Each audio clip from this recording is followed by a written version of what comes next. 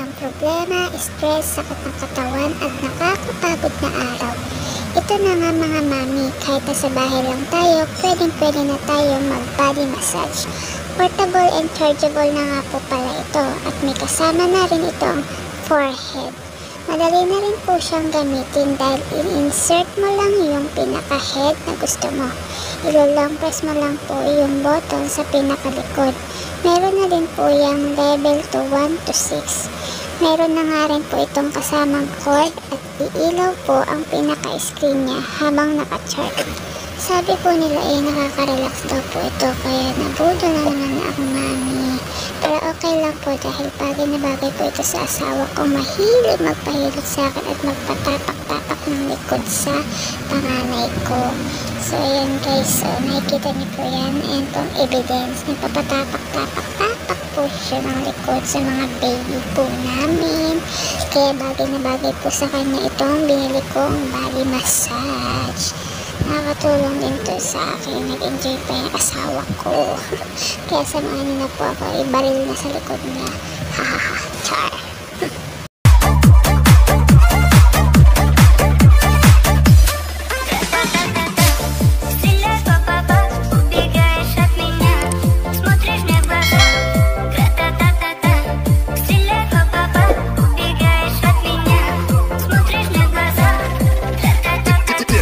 The mix of DJ Ruel.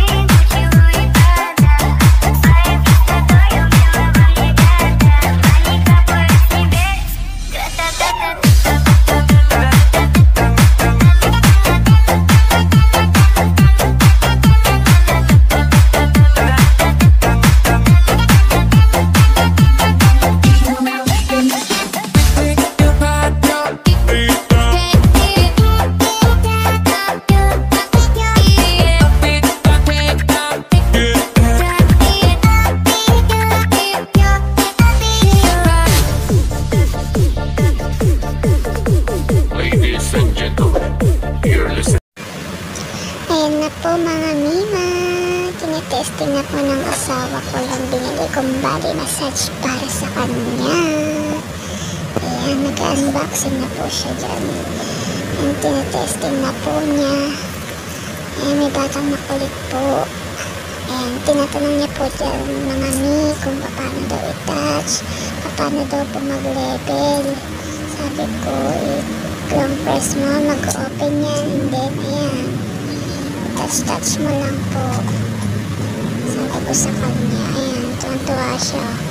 Sabi ko, ayun, sabi niya po pala dyan. Sabi niya po pala dyan na mami, palitan daw po niya kasi masyado daw malapad yung isa. And then mga mi, ayan, i-unboxing niya din po yung binili ko sa kanyang body wrap. Ayan, para po, siyempre diba, magbabaril-baril ka,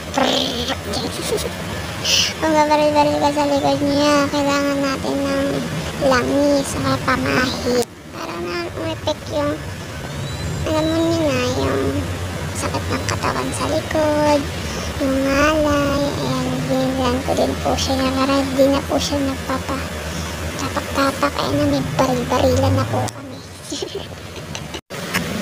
Then napasilip po dyan yung josawa ko mga mi, kasi akala po niya naka-flashlight lang siya.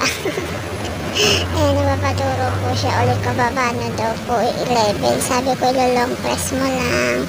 Kasi ang pagtatouch naman po sa umpisa is yung percent po ng body massage. And then, kapag nilong press mo po din na matagal, mamamatay, mag-power off ka na.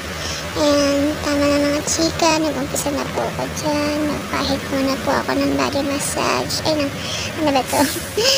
ng body rub. Ayan. Ay, massage rub pala. Ano ba? Ayan, ay makulit kasi na bata dyan ng mami. Apaka-cute mo ang teddy bear. Ang teddy bear namin. Ayan, ganyan ginagawa ko dito. mami. Long press ko lang po, and then long press din po ulit ng tagal, and then ayan, kada touch po din na po pwedeng ilipat-lipat yung level, and tinesting ko po sa anak ko, tuwang-tuwa. Ay, hindi pala siya tuwang-tuwa, nantsalang lang pala siya, nantsalang. Pero nalilibang siya sa palad niya. Ayan na, natulungan pa po ako dyan ng bunso ko, mami. Guys, ganyan daw po yung paghihilot. Hindi na kailangan ng palad ng mami o ng paa ng anak para lang magpapak-papak, mag-massage-massage ang mga palad ng Mima. Ayan na, may pabaril na ang Mima sa katawan ng Diyosawa. Nare-relax siya dyan, nakikilit eh. Talagang sinasadya ko talaga dyan, mami. Kasi ginagaya ko po yun sa TikTok kung totoo bang nakakakilit eh. Yung bunso ko dyan, tinutulungan ako kasi sa papa niya. Hindi talaga yan tumutulong. Gusto talaga niya yung nakakanginig. Nanginginig na nalilibang po siya sa baril-baril na yan. Ewan ko ba bakit nauso to. Ayan, nabudol ang Mima. Ayan yung lava ko, guys.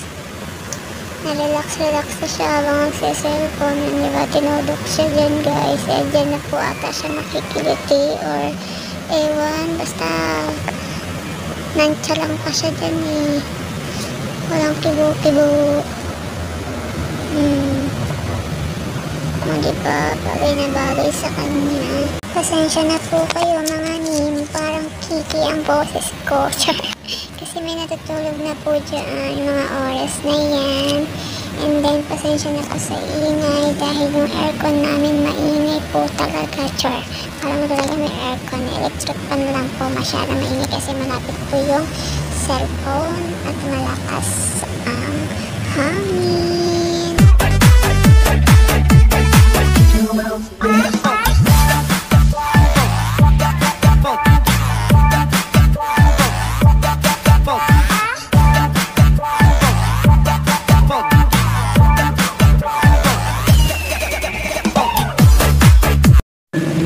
Dito po mga umpisahan ko na pong kilitin siya. Ayan po, nakakaroon na po siya ng kilitin. Ayan, medyo nakakatulog po siya ulit. Pero maya-maya po is itutodo po natin ang diin. Tapos dun po sa may part na nakakakiliti. Ayan.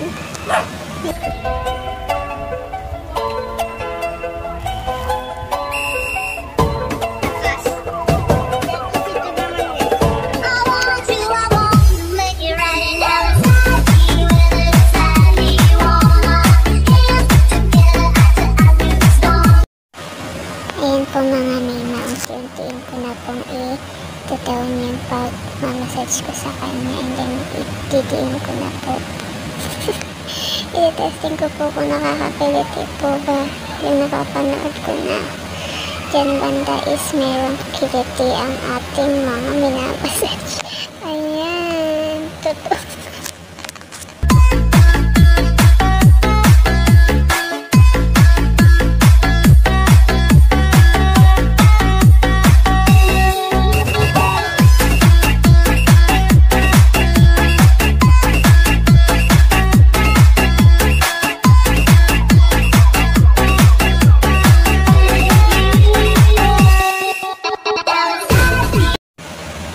Dahil na-testing ko na po mga Mima yung kagaya sa TikTok na nakakakiliti daw po sa likod sa may part ng sa baba ng balakang. And tinigil ko na po dahil ayun po, patulog na po siya dahil sa pag-massage ko po. And dito sa body massage is nakatulong at napatulog ko na ang Diyosawa na tulog. Maybe next time na lang po ulit. Thank you po sa lahat.